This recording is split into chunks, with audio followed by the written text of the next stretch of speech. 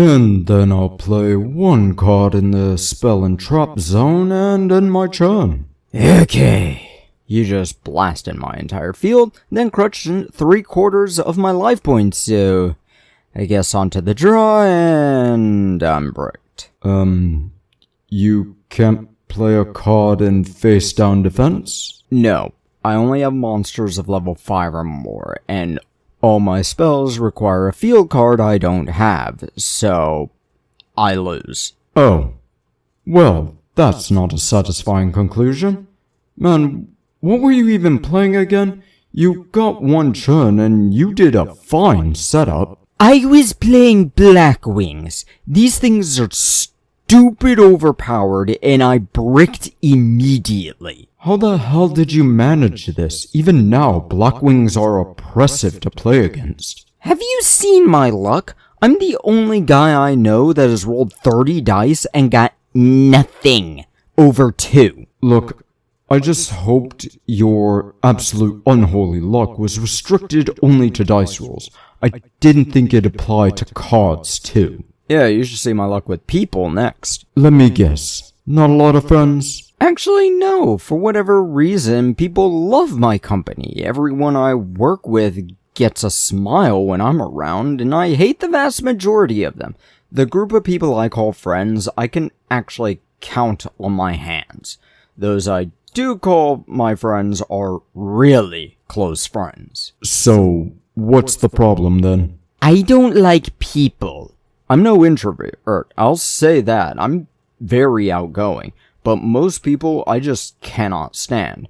But the people I want nothing to do with almost always want to be around me.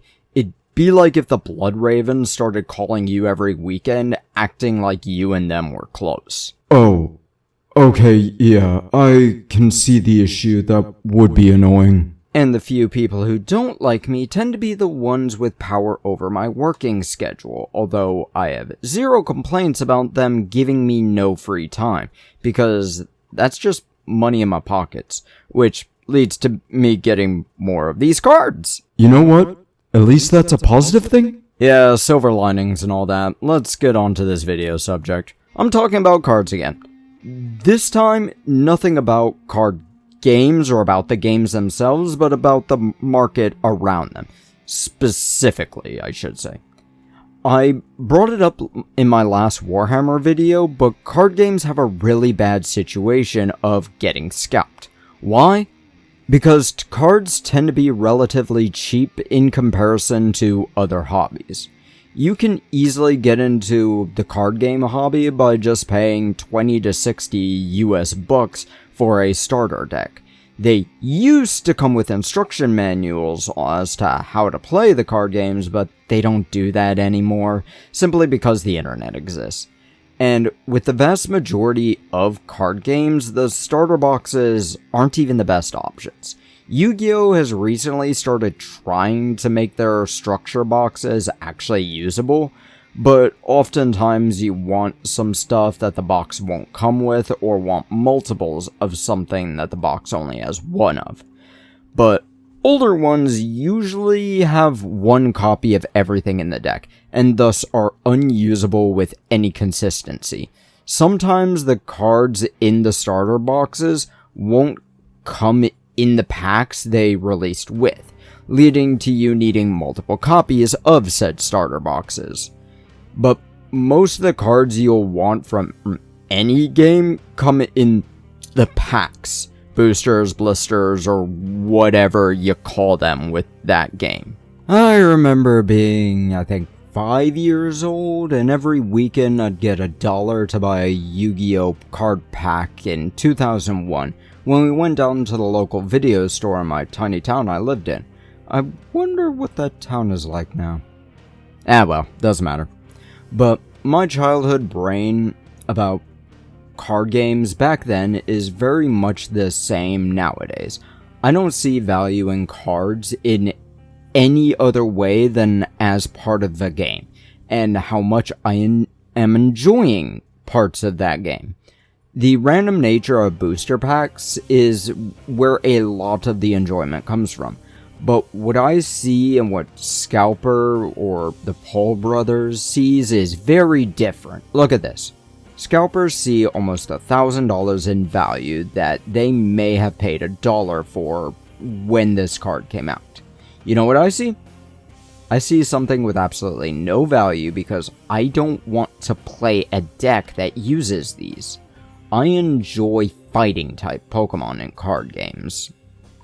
I don't want a fire type deck. I want Hitmonchan and Mankey.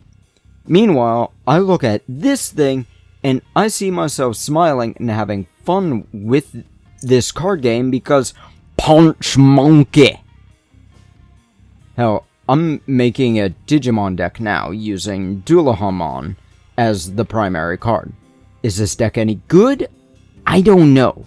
Looking into it, it looks like the cards originally released together didn't have any support, but now they are supported and maybe they are good now? I don't know.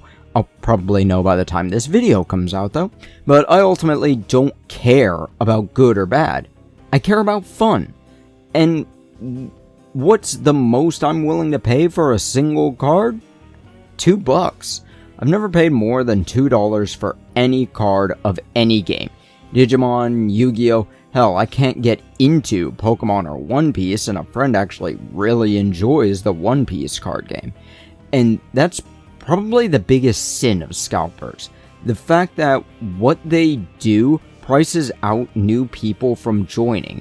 When a card that's meant to be used by people to play a game, shake hands, and repeat is instead being looked at like an investment to put in a case, wear around your neck like a pimp's bling, and sell under the table to someone else despite the fact they don't legally own the card they're selling?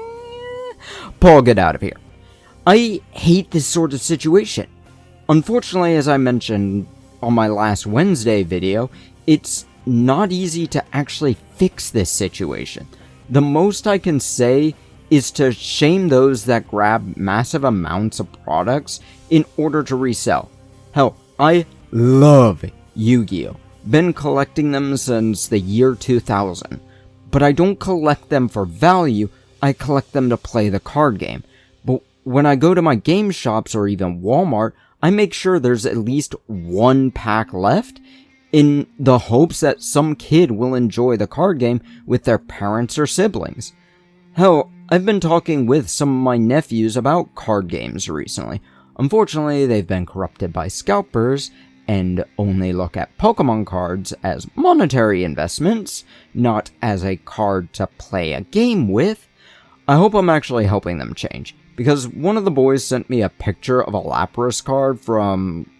Lord, when was a Delta species thing first introduced? I think it was about that era of time, more or less. But he asked me if it would be good in an ice-themed deck. Not just a water-themed deck. An ice-themed one.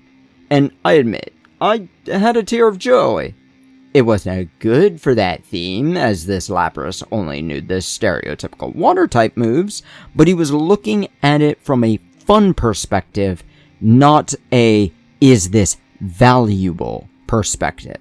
And he wanted to make a deck that fit a theme, even if it's not a great option for said theme. Ultimately, you are the change you want to see in the world. You can help change the next generation's view on cards. So, best to try it out with those around you. How would you do that? Just play games with your kids or siblings' kids or your friends' kids. Try and make things better for the next generation. Don't buy from scalpers. Instead, buy from shops, especially smaller shops that aren't franchised.